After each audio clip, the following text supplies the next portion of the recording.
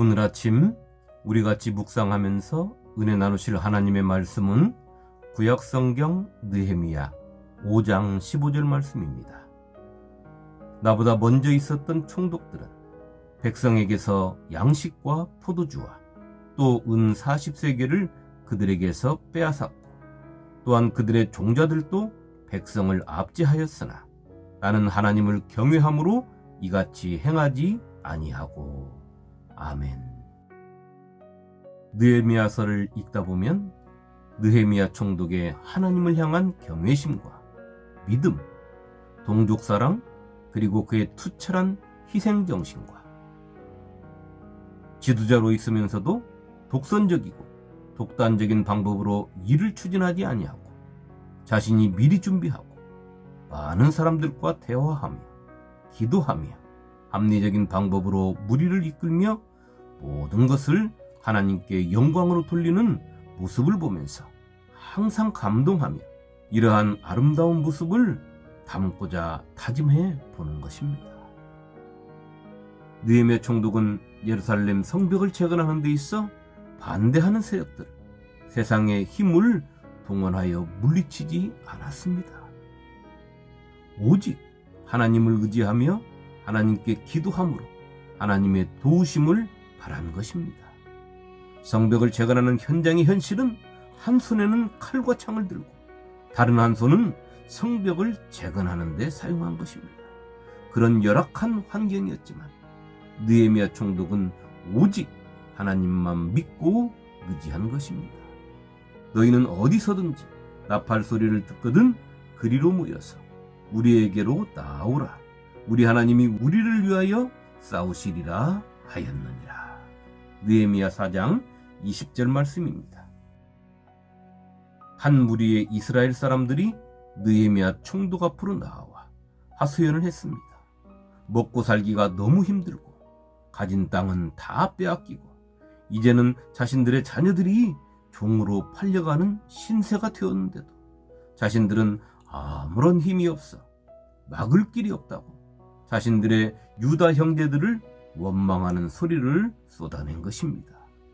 우리 육체도 우리 형제의 육체와 같고 우리 자녀도 그들의 자녀와 같거늘 이제 우리 자녀를 종으로 파는도다. 우리 딸 중에 벌써 종된 자가 있고 우리의 밭과 포도원이 이미 남의 것이 되었으나 우리에게는 아무런 힘이 없도다 하더라. 느헤미야 5장 5절 말씀입니다. 이 소리를 들은 느헤미야 총독이 분노했습니다.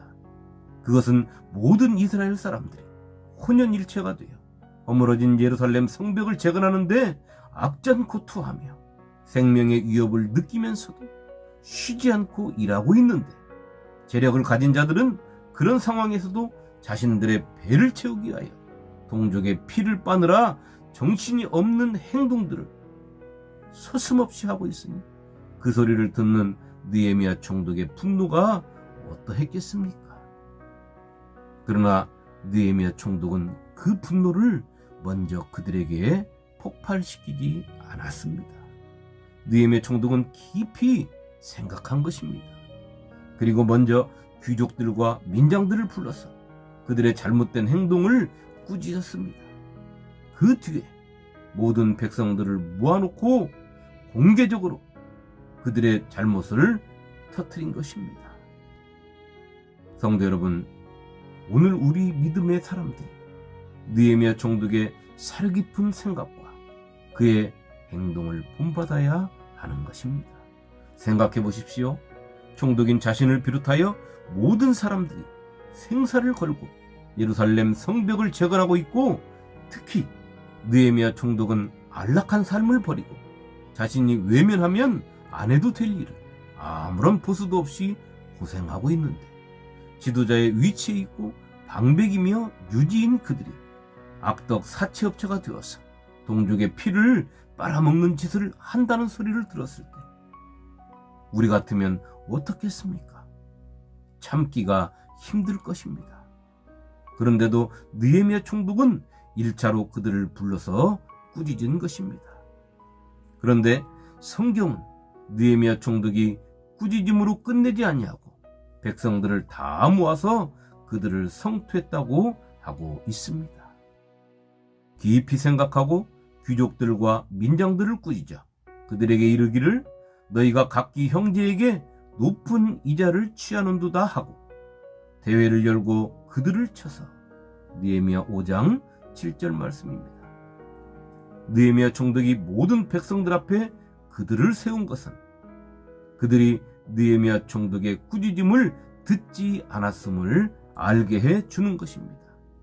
그들은 모든 백성들 앞에 세워지고 나서야 느헤미야 총독의 꾸짖음을 듣고 총독이 요구하는 대로 자신들이 받던 이자 받는 것도 멈추고 백성들에게 담보 잡은 집과 포도원과 감람원도 돌려주겠다고 약속한 것입니다.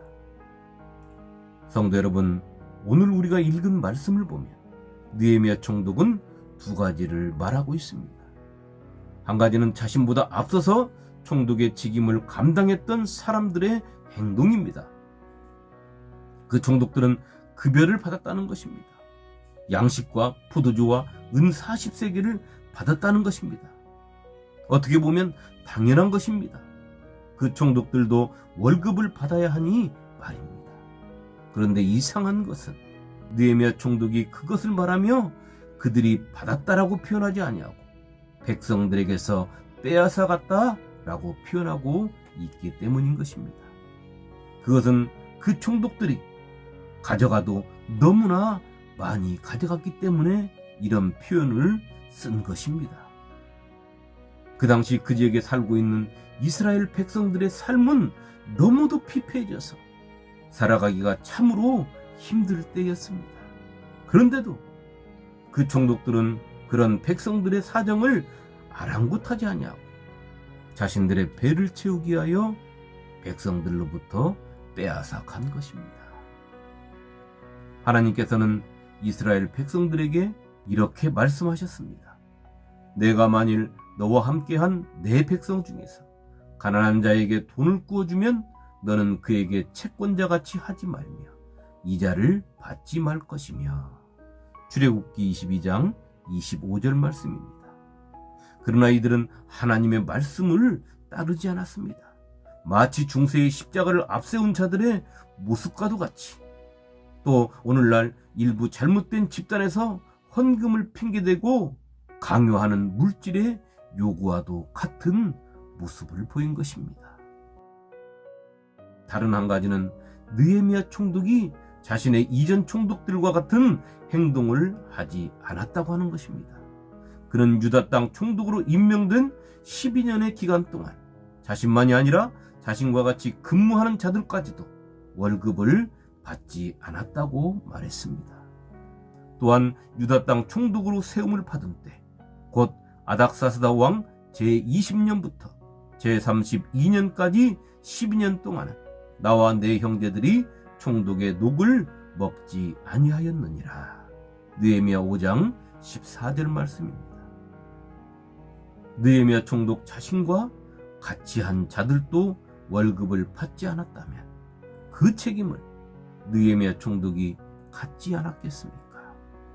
자신의 월급뿐만이 아니라 자신과 같이 근무한 사람들의 월급까지도 책임을 져야 했다면, 또 그 기간이 12년이라는 긴 시간이었다면 느헤미야 총독이 져야 할 물질적인 부담은 상상 외로 컸을 것입니다. 다른 총독들은 더 못 가져가서 안달을 내고 그 지방의 세력가들은 고리대금으로 재산을 늘리고 있는 상황에서 자신은 그 지역을 다스리는 총독의 자리에 있으면서도 재산을 불리기는커녕 오히려 자신의 재산을 축내고 있고 밤낮으로 생명의 위협을 당하며 고생하는 것을 이겨낸다는 것은 결코 쉬운 일이 아닌 것입니다. 성도 여러분, 오늘 느헤미야와 다른 총독들, 또 그 지방의 세력가들에게 크게 다른 한 가지가 있습니다. 그것이 이들의 삶의 방향과 목표와 목적을 다르게 만든 것입니다. 그것은 다름 아닌 하나님을 경외하는 마음인 것입니다. 성도들인 우리가 새겨야 하는 것, 믿음의 삶에서 잃지 말아야 하는 것, 하나님을 경외하는 마음과 자세입니다. 사도 바울은 항상 두려움을 품고 복음을 전파한다고 했습니다. 그것은 우리의 행동으로 주님의 심판대 앞에 서야 하기 때문이라는 것입니다. 이는 우리가 다 반드시 그리스도의 심판대 앞에 나타나게 되어 각각 선악간에 그 몸으로 행한 것을 따라 받으려 함이라. 우리는 주의 두려우심을 알므로 사람들을 권면하거니와 우리가 하나님 앞에 알리어졌으니 또 너희의 양심에도 알리어지기를 바라노라. 고린도후서 5장 10절로 11절 말씀입니다. 성도인 우리는 하나님을 경외함으로 세상을 살아가야 합니다. 그 경외함을 잃지 않을 때 우리의 믿음의 삶의 목표가 하나님께 맞춰지게 되고 나 아닌 내 이웃을 사랑하게 되며 그 사랑을 실천하며 살 수 있게 되는 것입니다. 그리하여 사도 바울이 말한 것처럼 아름다운 믿음의 열매를 맺게 되는 것입니다. 그러나 하나님을 경외하는 마음을 잃어버리면 그의 삶은 아름답지 못한 열매를 맺는 삶을 살든지 아니면 아무런 믿음의 열매를 맺지 못하는 삶을 사는 자가 될 뿐인 것입니다. 오늘 하루 하나님을 경외하는 믿음이 내 삶에서 빛을 발하기를 축원합니다. 그 하나님의 경외함이 내 가정에서 사랑의 꽃을 피우고 이웃을 사랑하고 이웃을 기쁘게 하며 하나님의 영광이 되어 하나님의 나라를 확장하는 생명력 넘치는 하루가 되시기를 주님의 이름으로 축원합니다. 아멘.